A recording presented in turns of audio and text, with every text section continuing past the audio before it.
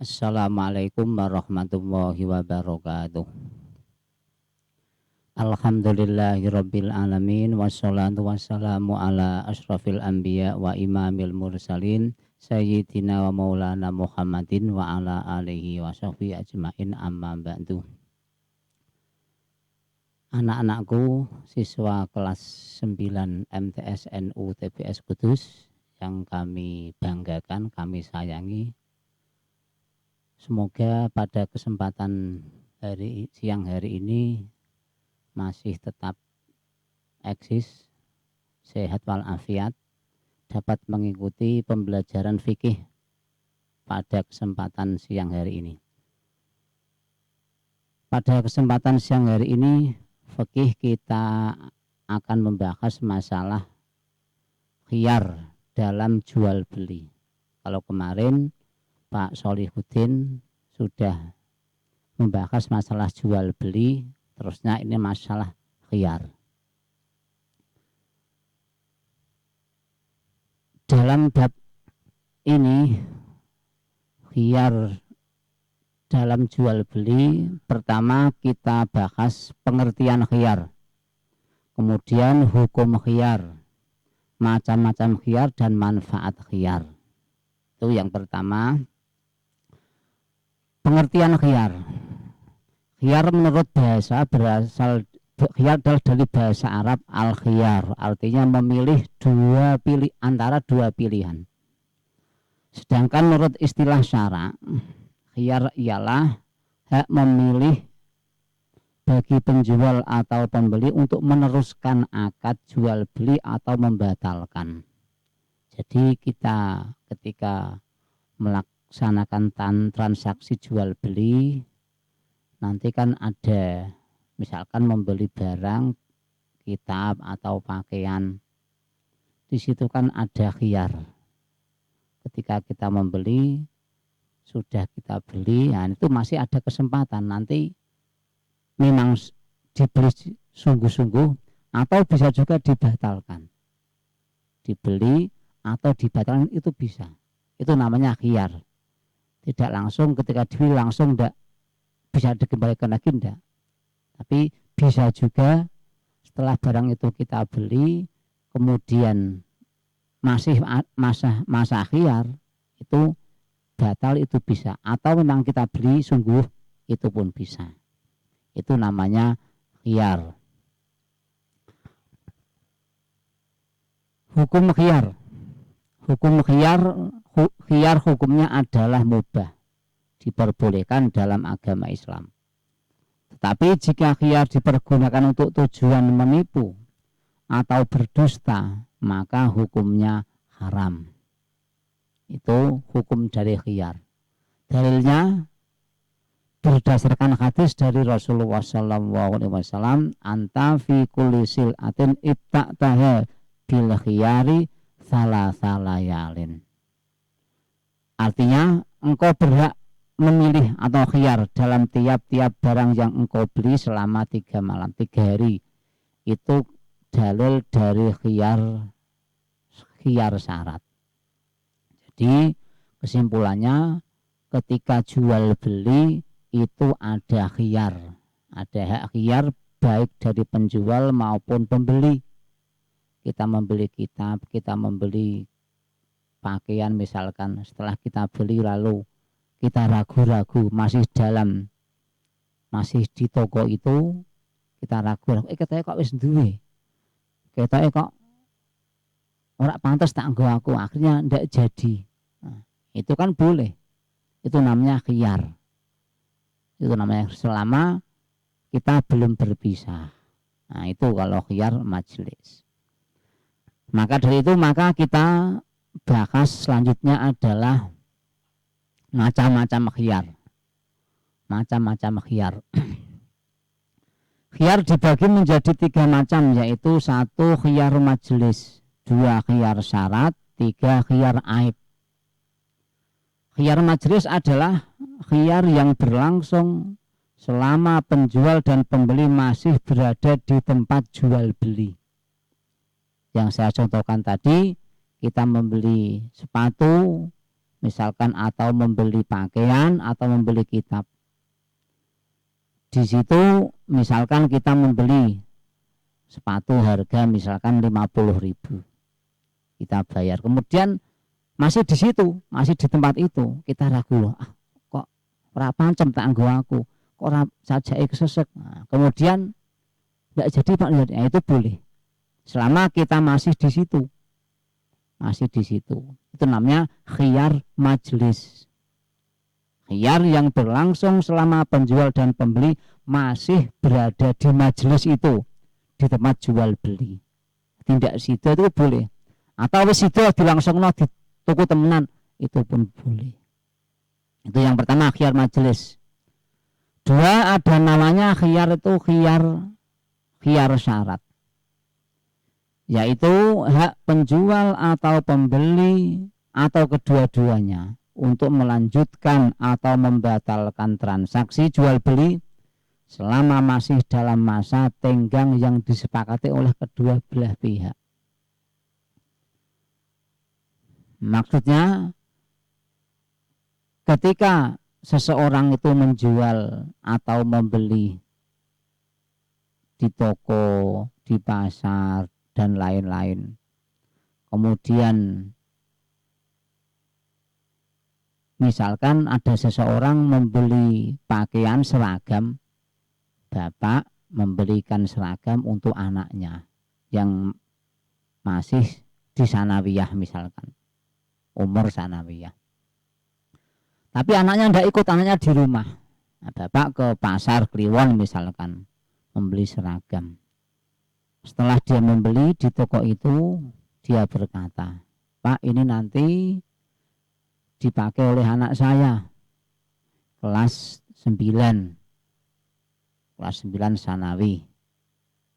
Kemudian dia berkata, ini nanti kalau memang anak saya cocok, setuju, ya sudah, jadi.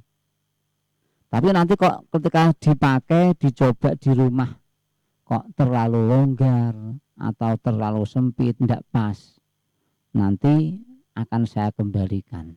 Nah, itu kan boleh. Itu namanya khiyar syarat. Dan sudah dibeli dari Kliwon, dibawa ke rumah. Karena sudah ada syarat seperti itu, nah maka ketika sudah di rumah kok dipakai oleh anaknya tadi, kok misalkan tidak pas, kelonggaran, kebesaran, atau terlalu kecil, sempit, itu nanti bisa dikembalikan lagi karena masih dalam masa khiyar. Nah, itu namanya khiyar, seperti itu namanya khiyar syarat. Yang ketiga namanya khiyar aib. Aibun itu maknanya cacat dalam bahasa Arab. Aib maknanya cacat. Khiyar aib adalah bahwa pembeli mempunyai hak pilih untuk membatalkan akad jual beli atau meneruskan karena terdapat cacat pada barang yang dibelinya. Cacat itu tidak ketika akad. Nah, misalkan ketika akad memang tidak ada. Misalkan gini, ada seorang membeli yang mudah pakaian atau membeli sarung, membeli baju, kemudian masih terbungkus, ini harganya berapa, 200.000, dibawa pulang. Setelah sampai di rumah, oh ternyata ada cacatnya. Misalkan lo baju kok misalkan tidak ada kancingnya, oh kan lucu itu, cacat. Atau orang nusae, nah itu misalkan begitu, kan cacat namanya, dipakai kan tidak enak. Nah itu nanti dari pembeli yang sudah dari pasar Kliwon tadi membeli baju sarung misalkan, kok ternyata ada cacat seperti itu, dia bisa memilih, wis tak rasa tak balik, wis tak nggo, tak pasang kancing dewi na omah, kan boleh. Atau bisa dikembalikan lagi karena cacat, tidak ada kancingnya misalkan. Lalu tak balik, tak balekno ora ono kancinge kok. Nah, akhirnya dikembalikan ke pasar kliwon atau ke toko yang tempat dia membeli tadi, itu kan boleh karena ada cacat. Nah itu namanya khiyarnya khiyar aib. Aib itu makna cacat. Jadi jelas sudah saya terangkan, 1 khiyar majelis, 2 khiyar syarat, dan 3 khiyar aib. Itu masalah khiyar. Kemudian terusnya manfaat khiyar. Manfaatnya apa? Kok Islam memberi khiyar, memberi kelonggaran, tidak langsung jadi tapi masih ada kesempatan untuk membatalkan.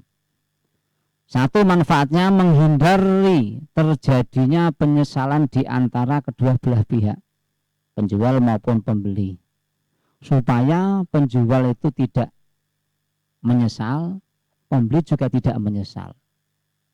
Jadi khiyar itu dari penjual juga bisa, sudah dijual kepada seseorang di toko misalkan, terus baru dijual, dia mengatakan rasido ojo, rasido tak dol iki, rasido tak dol. Nah ketemu nih, kok tak nggo anakku dewi, masih dalam majelis, itu kan boleh, termasuk khiyar majelis. Nah, supaya tidak ada penyesalan. Nah, itu contohnya gitu. 2, manfaat khiyar juga memperkecil kemungkinan adanya penipuan dalam jual beli. Nah, karena jual beli itu syarat dari penipuan, banyak sekali penipuan. Nah, dia adakannya khiyar oleh agama Islam untuk memperkecil kemungkinan terjadinya penipuan. 3, mendidik kepada penjual dan pembeli agar lebih berhati-hati, cermat dan teliti dalam bertransaksi, tidak gegabah, tidak ngawur dalam menjual atau membeli. Diteliti harganya berapa, ini macam atau enggak, diteliti dulu. Nah, itu faedah dari khiyar. 4, menumbuhkan sikap toleransi antara kedua belah pihak. Ini bahasannya dari fikih itu banyak sekali, tidak bisa mendetail. Yang penting kita tahu dasar-dasarnya. Kemudian kita lanjut masalah qirad. Qirad itu dalam bahasa Jawa sing gampang ku ngekei modal ring wong liya untuk dilakukan usaha, kemudian hasilnya dibagi, nah, sesuai kesepakatan, itu namanya qirad. Memberi modal kepada orang lain untuk diusahakan, nah, kemudian hasilnya atau keuntungannya nanti dibagi, itu namanya qirad. Pengertian qirad, nanti dalil qirad, rukun qirad, syarat dan larangan. Pengertian qirad ini dalam kitab-kitab fikih banyak sekali. Al-qiradu huwa daf'ul malik malan lil amil liya'mala fihi waribhul mal bainahuma. Qirad adalah penyerahan harta dari sahibul mal, orang yang mempunyai harta, kepada pengelola sebagai modal usaha. Saya ulangi, qirad adalah penyerahan harta dari sahibul mal. Sahibul mal itu orang yang mempunyai harta kepada pengelola dana sebagai modal usaha. Jadi ada seseorang memberi modal kepada orang lain untuk mengadakan usaha apa itu, nanti hasilnya dibagi. Nah, itu namanya qirad. Keuntungannya dibagi di antara keduanya. Saya memberi modal kepada teman saya, iki aku didet 5 juta. Nah, iki nak mbok ngombet gawe monggo, apa terserah kowe. Dadi iki monggo. Terus engko nak wis ana untunge, nah dibagi bersama kowe pirang persen, aku pirang persen. Nah, itu namanya qirad. Itu namanya qirad. Hukum dan dalilnya. Hukum qiraat adalah mubah, boleh menurut agama Islam. Dalilnya hadis Rasulullah sallallahu alaihi wasallam, "Salatun fihinnal barokah. Al-bai'u ila ajalin wal muqaradatu wa khaltul birri bisyair fil badla lil bai'."